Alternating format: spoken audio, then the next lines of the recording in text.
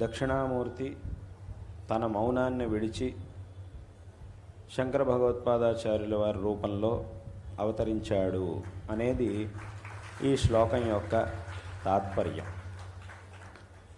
దీని ద్వారా మనం తెలుసుకోవాల్సినటువంటి విషయం ఏమిటి అనంటే,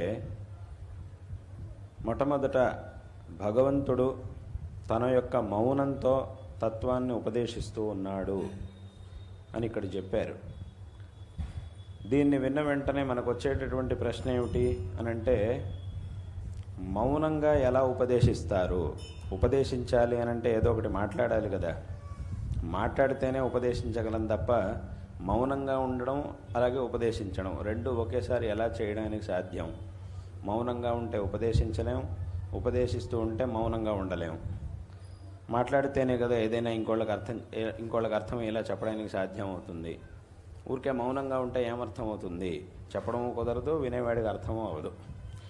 కాబట్టి ఇక్కడ మౌనంగా ఉంటూ ఉపదేశించడం అంటే దాని అర్థం ఏమిటి అని ఒక ప్రశ్న మనకు వస్తుంది.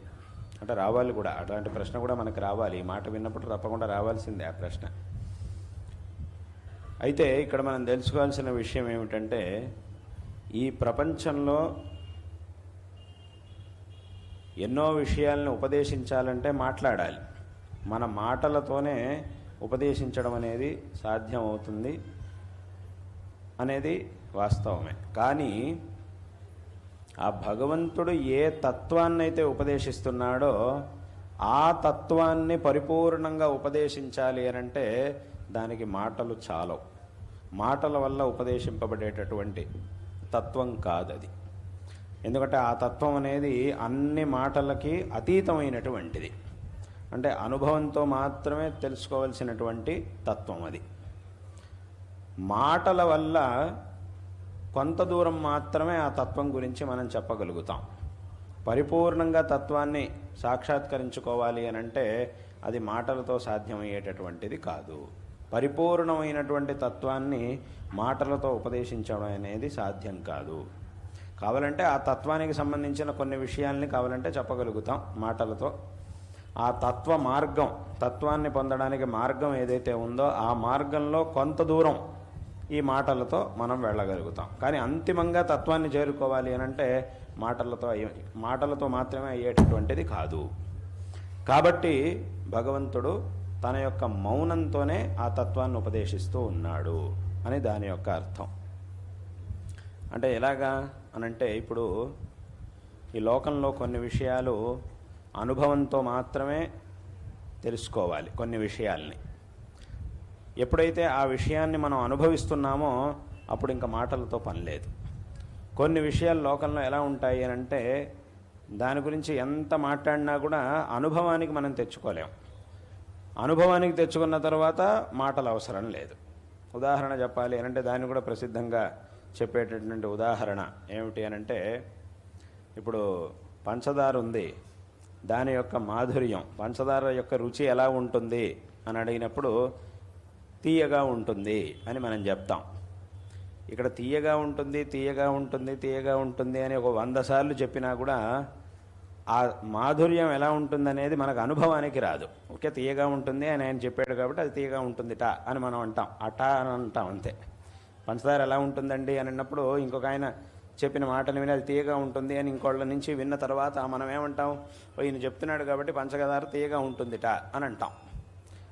తీయగా ఉంటుందిట అంటే మీకు తెలుసా? మీకు ఆ తీపి ఎలా ఉంటుందనేది తెలుసా అని అంటే నాకు తెలియదు అని అంటాం. అంటే నాకు అనుభవానికి రాలి. అంతవరకు దాన్ని తిన్నని వాడు ఏమంటాడు అని అంటే, లేదు నేను తినలేదు కాబట్టి అది ఎలా ఉంటుందో నాకు తెలియదు, కానీ ఈయన చెప్తున్నాడు, ఫలానా మనిషి చెప్తున్నాడు ఇది తీయగా ఉంటుందిట అని చెప్తున్నాడు అని అంటాం. అంటే అక్కడికి ఏమైంది? ఆ మాటలతో కేవలం అది ఎలా ఉంటుంది ఏమిటనేది తెలుసుకున్నామే తప్ప దాన్ని అనుభవానికి తెచ్చుకోవడం అనేది సాధ్యం కాదు. ఇప్పుడు కాదు, 1000 సార్లు తీయగా ఉంటుందని చెప్పినా కూడా ఆ మాధుర్యం అనేది మనకు అనుభవానికి రాదు. అది అనుభవానికి రావాలి అనంటే ఏం చేయాలి? దాన్ని తినాలి. ఎప్పుడైతే మనం దాన్ని తింటామో అప్పుడు దాని యొక్క మాధుర్యం అనేది మనకు అనుభవానికి వస్తుంది. అప్పుడు ఇంకా మాటలతో పని లేదు. ఆ పంచదార నోట్లో వేసుకున్నాం, దానిలో ఉన్నటువంటి మాధుర్యం చక్కగా మనకు దాన్ని అనుభవిస్తున్నాం. అప్పుడు కూడా ఇంకెవరో వచ్చి అప్పుడు మనకి సందేహం రాదు, ప్రశ్న రాదు, పంచదార ఎలా ఉంటుంది, దాని తీపిదనం ఎలా ఉంటుంది అనే మనకు ప్రశ్న రాదు. ఆ ప్రశ్నకి ఎవరో ఒకళ్ళు వచ్చి సమాధానం చెప్పాల్సిన అవసరం లేదు.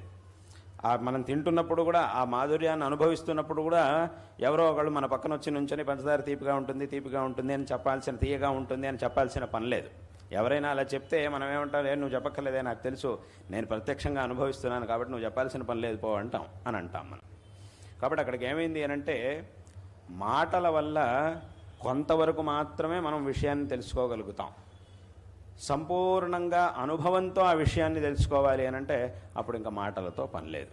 కాబట్టి అదేవిధంగా ఆ తత్వం అనేది ఏదైతే ఉందో, అద్వైత తత్వం, దాన్ని పరిపూర్ణంగా సాక్షాత్కరించుకోవాలంటే మాటలు సరిపోవు. అందుకే యతో వాచో నివర్తంతే అప్రాప్య మనసా సహా అని ఆ ఉపనిషత్తు మనకి చెబుతూ ఉన్నది. కాబట్టి ఈ మాటలు వీటన్నిటికీ కూడా అతీతమైనటువంటిది ఆ తత్వం.